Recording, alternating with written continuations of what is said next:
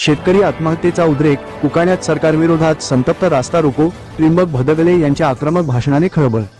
नेवासा तालुक्यातील वडुले येथील शेतकरी बाबासाहेब सरोदे यांनी कर्जबाजारीपणाला कंटाळून आत्महत्या केल्यानंतर नेवासा तालुक्यात संतापाचा भडका उडाला असून कुकाणा येथे झालेल्या संतप्त रास्ता रोको आंदोलनात सरकारविरोधात तीव्र रोष व्यक्त करण्यात आला।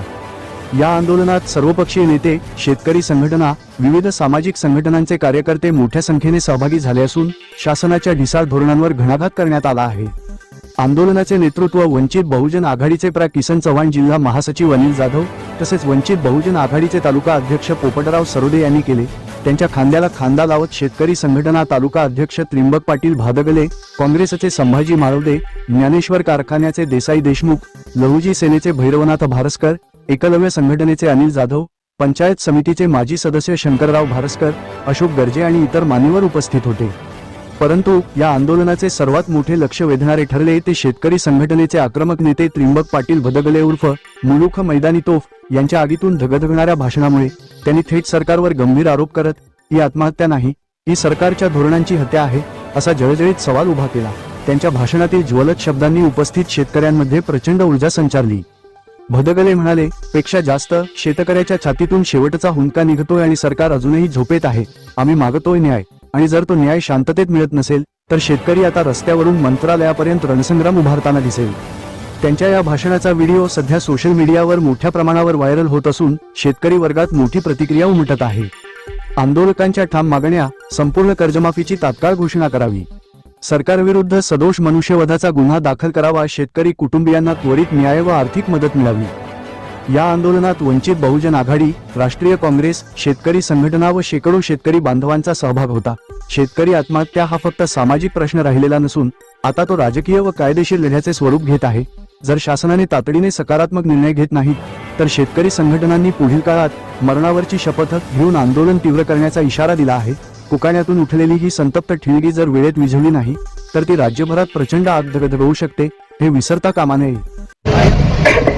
या कृषी प्रधान देशामध्ये शेतकऱ्याची आत्महत्या हे सरकारचं अपयश असून जर जगाचा पोशिंदा काबाड कष्ट करीत असताना शेतकरी बांधवांनो एका दाण्याचे हजारो दाणे तयार होतात आणि आपल्या शेतमालाने बांध ओलांडल्याबरोबर त्याचे 10 पटीने पैसे होतात, परंतु शेतकऱ्याला आत्महत्येची वेळ येते।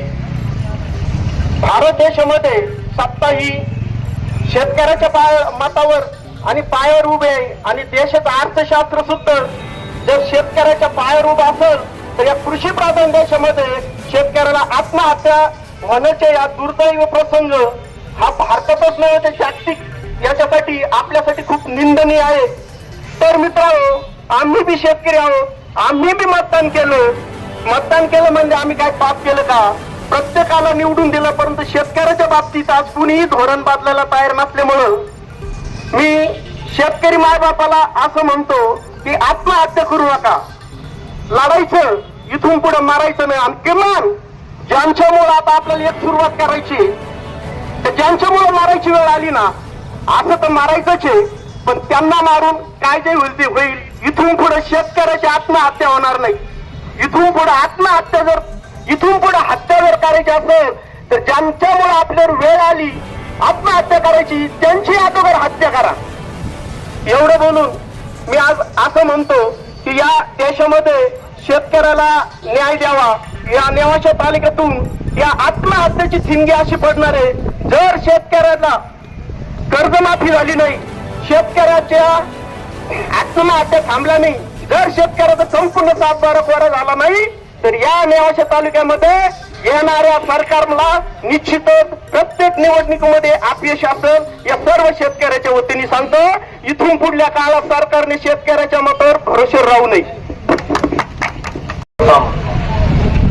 आपल्या तालुक्यात जी दुर्दैवी घटना झालेली आहे, ज्या शेतकऱ्यांनी कर्जबाजारीपणाला कंटाळून आत्महत्या केलेली आहे, त्यांना नेवासा तालुका काँग्रेस कमिटीकडून भावपूर्ण श्रद्धांजली अर्पण करतो।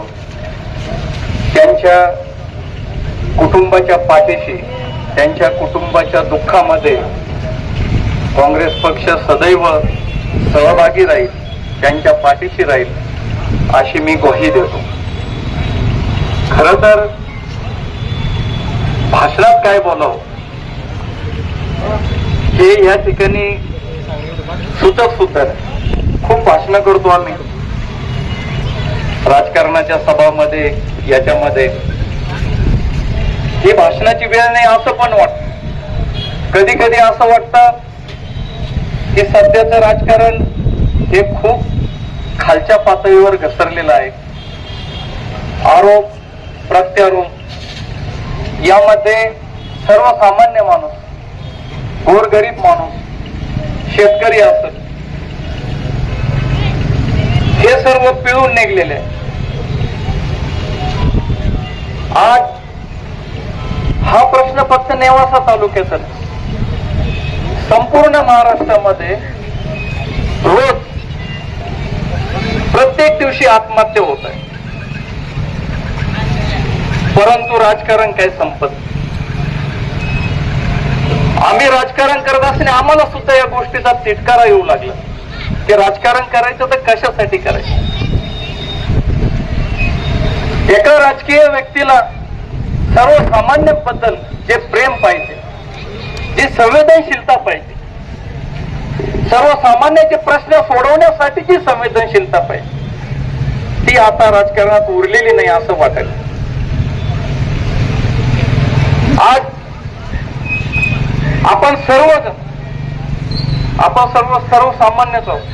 या ठिकाणी जमलेलो आपण सर्वसामान्य. आपल्या मनात जी संवेदनशीलता होती म्हणून आपण सर्वजण या ठिकाणी आलो. शासनाकडे रितसर मागण्या केल्या की सरोदे कुटुंबियांना 50 लाख रुपयाची आर्थिक मदत व्हायला पाहिजे. ही व्हायलाच पाहिजे. सरोदे कुटुंबियांच्या मुलाचा शैक्षणिक खर्च हा शासनाने उचलायलाच पाहिजे. त्याहीपेक्षा या भारतीय जनता पार्टी सरकारने, मला पक्षाचं पण नाव नाही घ्यायचं, मी महायुती सरकारने जी घोषणा केली होती 2 महिन्याच्या आत आम्ही सरसगट कर्जमाफी करून 7/12 कोरा करू, हे जे आश्वासन दिलं होतं ते आश्वासन आता पूर्ण झालं पाहिजे. यासाठी अजून शेतकऱ्यांच्या आत्महत्या व्हायला नको. मी या शासनाला विनंती करतो की आता तरी तुम्ही संपूर्ण कर्जमाफी करा. आणि ही जी घटना झालेली आहे आणि ही जी मागणी केलेली आहे की या शासनावर सदोष मनुष्यवधाचा गुन्हा दाखल झाला पाहिजे, ह्या मताचा मी आहे. सदोष मनुष्यवधाचा गुन्हा हा दाखल व्हायलाच पाहिजे. संपूर्ण कर्जमाफी न केल्यामुळे फसवणुकीचा गुन्हा देखील या शासनावर दाखल झालाच पाहिजे, ही आमची मागणी. आज आम्ही या ठिकाणी रस्ता रोको केला, यापेक्षाही भयानक आंदोलन यापुढे आम्ही करणार आहोत. त्यासाठी आपल्या सर्व शेतकरी बांधवांना एकत्रित येणं गरजेचं आहे. सर्व पक्षांना, सर्व संघटनाला आपले पक्षीय जोडे बाजूला ठेवून या लढ्यामध्ये सामील व्हावंच लागेल. तरच हा लढा आपला यशस्वी होईल. तरच या लढ्यामध्ये आपण जिंकू. तरच बाबासाहेब सरोदेंसारख्याला न्याय मिळेल, त्यांच्या कुटुंबाला न्याय मिळेल अशी ग्वाही मी देतो. 1 मिनिट, अँब्युलन्स आलेली आहे, त्यांना रस्ता द्या. द्या रस्ता द्या. थोडा वेळ उठा, उठा सगळे, थोडा वेळ उठा, जाऊ द्या. थोड्या वेळ या बाजून जाऊ द्या. थोड्या नाही, जाऊ द्या समोर